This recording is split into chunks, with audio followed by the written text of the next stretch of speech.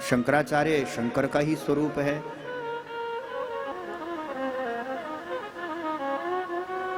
लेकिन एक बीच का मार्ग, यदि आप मंदिर ना जा सको, शंकर को जल ना चढ़ा सको, शंकर बाबा का श्रृंगार ना कर सको, शंकर की पूजा आदि पद्धति से आप षोडश आदि उपचार ना कर सको, अलग अलग विधि से पंचोपचार पूजन भी रहता है, षोडश उपचार विधि से भी पूजन रहता है और राजोपचार भी रहता है। और दोनों ना बन पाए तो तीनों भी ना बन पाए तो जगत गुरु शंकराचार्य कहते हैं कि फिर मन से ही पूजा करें। कर चरणम कृतम बा कायजम कर्मंज बा शरणम नयंजम बा मानसम बा अपराधम विहितिम विहितिम बा सर्त क्षमस्व जय जय करुणाबधे श्री महादेव शंभो। तो मन से भी उन शंकर जी की हम प्रार्थना कर सकते हैं, मन से भी उनका स्नान आदि है तो एक वो भी एक विधि जगत गुरु शंकराचार्य ने ही बताई। जहां केवल आंखें बंद करनी है, शंकर जी का ध्यान करना है और फिर मन से ही सब कुछ भगवान को अर्पण करना है। रत्ने कल्पितमासनम हिमजले स्नानम च दिव्यांबरम नाना रत्न विभूषितम मृगमधु माधुदिकंदम चंदनम जाति चंपक बिल्व पत्र रचितम। भगवान शंकर को जो जो प्रिय है वो मन से, पुष्प में चंपक प्रिय है, नहीं तो भगवान बाबा को त्रिदलम त्रिगुणाकारम कह करके बिल्व पत्र ही अति प्रिय है। और बिल्व पत्र की तो महिमा और भी शास्त्रों ने बड़ी सुंदर गाई है। कोटि कन्या महादानम बिल्वपत्रम शिव अर्पणम।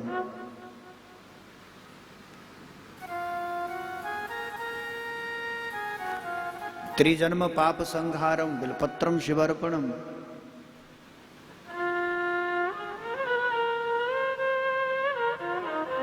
इसीलिए शुक्ल यजुर्वेद ने भी उन बेलपत्र को भी प्रणाम किया। नमो बिल्विने च क्वचिने च नमः बर्मिणे च बरुथिने च नमः श्रुताय श्रुतसेनाय च नमः कहकर,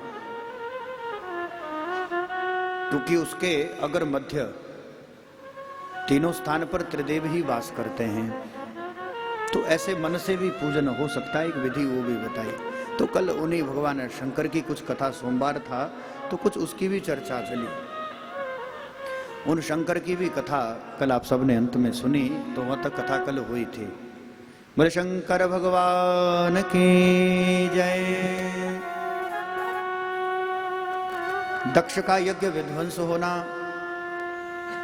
दक्ष प्रजापति को बकरे का सर लगना और फिर बम बम करके भगवान शंकर की स्तुति करना।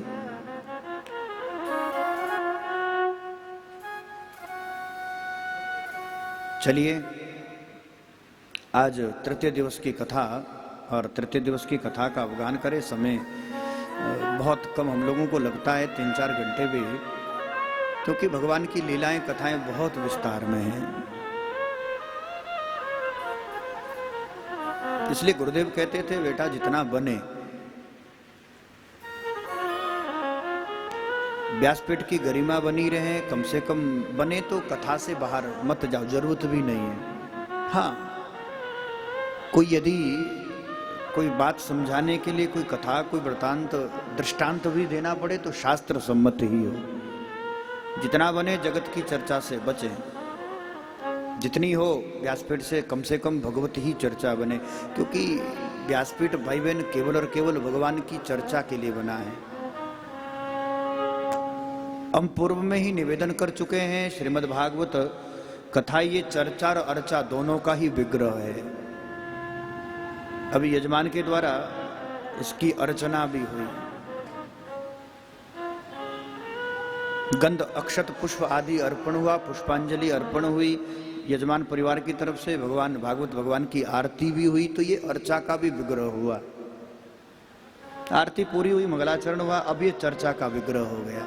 तो यहाँ अर्चा और चर्चा दोनों एक साथ चलती रहती है। अर्चा में ये भगवत स्वरूप है, चर्चा में ये शब्द ब्रह्म है।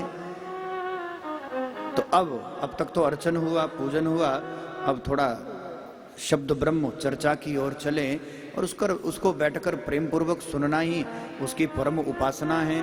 शब्द ब्रह्म की परम उपासना की जो पद्धति यही है कि हम आराम से बैठें, आनंद से बैठें और फिर आनंद पूर्वक कथा को सुने।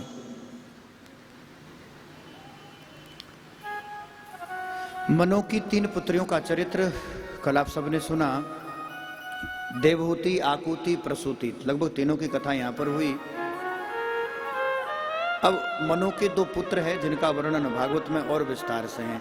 चतुर्थ स्कंद में सबसे पहले राजा उत्तानपाद का वर्णन है और जिनकी 2 पत्नियां हैं सुनीति और सुरुचि। सुनीति ने नन्हे से बालक ध्रुव को जन्म दिया तो सुरुचि ने उत्तम को जन्म दिया। और ध्रुव चरित्र को भागवत में इसलिए भी विस्तार से किया है भाई बहन,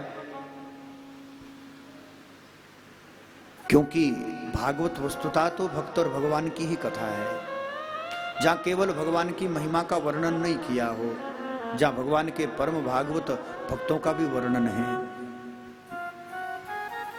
उत्तानपाद राजा जिनकी 2 पत्नियां हैं सुनीति और सुरुचि। सुनीति का अभिप्राय ये भी ले सकते हैं कि सुश्रु नीति, जिसका जीवन नीति के अनुसार है, धर्मशास्त्र के अनुसार है, जो नित्य धर्म का आचरण करती है, क्या करना चाहिए क्या नहीं करना चाहिए, जो अपने जीवन में लगभग इसका भी विचार करती है। और सुरुचि माने जिसका जीवन रुचि के अनुसार है, धर्म क्या कहता है उसकी कोई परवाह नहीं है, नीति शास्त्र क्या कहता है जो उसकी भी परवाह ना करे, अपने रुचि के अनुसार जिसका जीवन चलता रहता है उसी को हमारे यहाँ आप सुरुचि भी जान सकते हैं। सुखदेव कहते हैं परीक्षित, यहाँ पर राजा उत्तानपाद का जो अधिक प्रेम है, जो आकर्षण है, वो सुरुचि के प्रति अधिक है। पहले विवाह तो सुनीति से हुआ, नन्हा सा बालक बेटा ध्रुव भी हुआ। एक दिन सुदूर प्रांत में घूमने गए तो समुद्र के तट पर टहल रहे थे, घूम रहे थे कि अचानक उस सुदूर प्रांत की कन्या सुरुचि पर इनकी दृष्टि गई। सुरुचि का दर्शन हुआ, देख करके परम सुंदरी थी, इसलिए सुंदरता पर मोहित हो गए। गंधर्व विवाह हुआ। हमारे यहाँ अलग अलग विवाह की भी पद्धति है, राक्षस विधि भी है, गंधर्व विधि भी है, देव विधि भी है, तो ब्रह्म विधि भी है। आगे जब हम 10वें स्कंद में जाएंगे उत्तरार्थ में, तो वहां पर भगवान ने जो रुक्मिणी से विवाह किया है वो तो राक्षसेन विधानेन, उसमें तो भगवान ने विधि भी राक्षस के लिए है, लेकिन राजा उत्तानपाद ने गंधर्व विधि से विवाह किया। लौटकर आए, सुरुचि के प्रति अति आकर्षण होने के कारण सुनीति को घर से निकाल दिया। भागवत में तो ऐसा कोई ज्यादा विस्तार नहीं है, सुनीति को घर से निकालना आदि ज्यादा कथाओं का ज्यादा विस्तार यहाँ पर नहीं है, क्योंकि ध्रुव चरित्र पर ज्यादा प्रकाश डाला है भागवत में।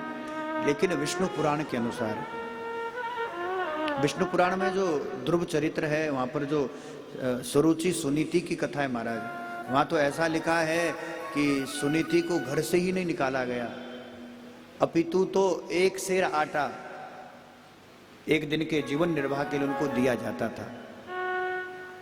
छोटी सी पर्ण कुटिया में रहती है, घास फूस की झोपड़ी है, लेकिन उनका जीवन नीति के अनुसार है। सुनीति जानती है कि ये शरीर भी नश्वर है, ये जगत की उपाधियां, ये प्रतिष्ठा, ये मान, ये सम्मान, ये मात्रिक उपाधि है। राजा होना, रानी होना,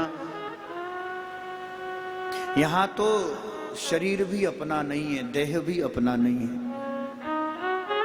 तो ऐसा ज्ञान रखने के कारण वो उस 1 सेर आटे में ही अपना जीवन यापन कर। अच्छा, 1 सेर आटे में क्या क्या करती है? संत सेवा भी करती महाराज। अतिथि देवो भव, ग्रस्त जीवन में तो अतिथि का भी उसी से सत्कार करती है, गौ सेवा भी करती है, और बाद में जो कुछ बचे तो दोनों माँ और बेटा कुछ उसको भी प्राप्त कर लेते हैं। तो विष्णु पुराण के अनुसार तो 1 सेर आटा उनको मात्र दिया जाता है। लेकिन इनके जीवन में कभी धर्म, इनके जीवन में धर्म था, नीति, इसलिए इनका नाम भी सुनीति है। इन्होंने किसी भी परिस्थिति में ना धर्म का त्याग किया, ना अपने आचरण का त्याग किया, ना कभी धर्म के विरुद्ध कोई कार्य किया।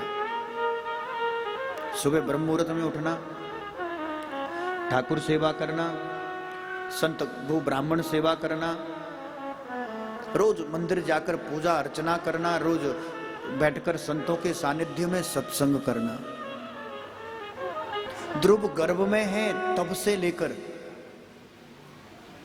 और हमारी जो भारत की सनातन की जो संस्कृति है, जो परंपरा है, वो इतनी सुंदर है महाराज। हमारे यहाँ जो उपासना है, उपासना कांड का जो वेद का जो एक भाग है उपासना कांड, हमारी उपासना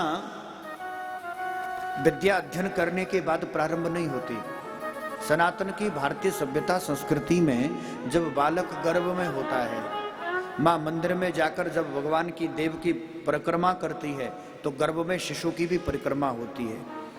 माँ जब ब्राह्मणों से चरणामृत लेती है और चरणामृत का पान करती है तो गर्भ का शिशु भी चरणामृत का ही पान करती है। माँ जब बैठकर कथा सत्संग सुनती है, गर्भ का बालक भी सुनता है महाराज, और उसका प्रमाण है।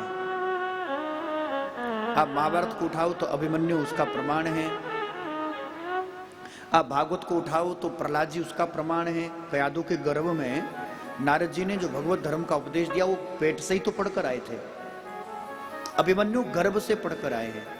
इसलिए गर्भवती माताओं को तो विशेष ध्यान रखना चाहिए, जितना हो उतना सिनेमा से बचें, जितना अधिक बने उतनी सत्संग सुने, कथा सुने, क्योंकि संस्कार गर्भ से पड़ता है भाई बहन।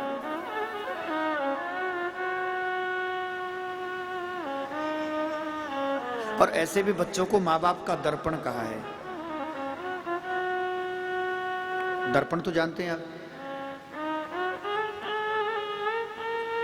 दर्पण की विशेषता यह रहती है कि आप जैसे हो वो आपको हूबहू प्रतिबिंब स्वरूप में दर्पण आपको वैसा ही दिखाता है।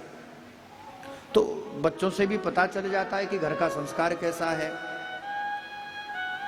क्योंकि बच्चे लगभग तो माँ बाप का दर्पण है। जैसे हम लोगों को किसी के घर में जाना हो और हमें उस घर का संस्कार पता नहीं है, हम लोग नहीं जानते कि उस घर के लोग कैसे हैं, उनकी विचारधाराएं कैसी है, और आपको केवल 1 या 2 मिनट में निर्णय करना है कि इस घर के लोग कैसे रहते हैं। तो वो जानने के लिए कोई बहुत बड़ा कुछ करने की जरूरत नहीं है। घर के अंदर प्रवेश करो और घर के अंदर प्रवेश करके घर की दीवार पर लगे हुए चित्र देख लो। दीवार पर टंगे हुए चित्र घर का चरित्र दर्शाते हैं, पक्की बात है, कुछ करने की जरूरत नहीं है। घर में प्रवेश करो, दीवार पर टंगे हुए चित्र पर दृष्टि डालो, पूरा वो चित्र घर का चरित्र दर्शा देगा। पशुओं के चित्र लगे तो पशु प्रेमी है, और बढ़िया सीनरियां लगी है तो प्रकृतियों से प्रेम करते हैं। भगवान की फोटो है तो परम शंकर जी की लगी है तो शंकर जी की उपासना करते हैं, और कहीं अधनंगी वो तस्वीरें टंगी है तो फिर ज्यादा विचार करने की भी जरूरत नहीं। यही घर का चरित्र जानना हो तो दीवार के चित्र ही बता देते हैं। घर का संस्कार जानना हो तो पुत्र को देख लो, बच्चे को देख लो, वो दर्पण। बहुत पुराने जमाने की बात है, तब ज्यादा पैसे नहीं होते थे पुराने जमाने में। वो पुराने बाबा बैठे हैं यहाँ पर, उन दिनों पैसा आता तो था लेकिन आने में होता था। तब उस जमाने में 8 आने 4 आने। आजकल तो बच्चा 10 रुपया दो तो लेता नहीं है, बच्चे इतने चतुर हो गए। एक वो भी जमाना था जब आदमी की इच्छा तो होती थी पर थोड़े में, वो 8 आना 16 आने उसमें भी गुजारा कर लेते थे। तो पुराना जमाना था, पैसा आता तो था लेकिन वो धन आने में आता था। चाह आने में आने लगी, चाह तब चाह आने में आने लगी, चाह आने से नोट भुनाने लगी। चाह आने में आने लगी, आने से नोट भुनाने लगी, नोट से कोठी बनाने लगी, कोठी से कार में जाने लगी, और कार से फिर होटल में भी जाने लगी, और होटल में फिर बोतल खुलवाने लगी। कुछ नहीं था तो हाँ, श्रीमद् भागवत के 11 स्कंद में धन के 15 दोष बताएं, तो धीरे धीरे वो दोष आ जाते हैं। चाह आने में आने लगी, आने से नोट बुनाने लगी, नोट से कोठी बनाने लगी, कोट से कार में जाने लगी, कार से फिर होटल जाने लगी, होटल में बोतल खुलवाने लगी और वही बोतल फिर हॉस्पिटल पहुंचाने लगी। हॉस्पिटल में बोतल उल्टी टंगवाने लगी। पहले बोतल ऐसे खुलती है, फिर बोतल ऐसे टंगती है। चाह जर्रे में लगी तो जिंदगी जरा हो गई, चाह हरी में लगी तो जिंदगी हरी हो गई। चाह पाली जिन्होंने वो तो पीले हुए, और चाह छोड़ी जिन्होंने वो तो रसीले हुए। हाँ, आनंद सुख और शांति त्याग में है, पकड़ने में नहीं है। शांति का जो मूल मंत्र है ना, वो त्याग है।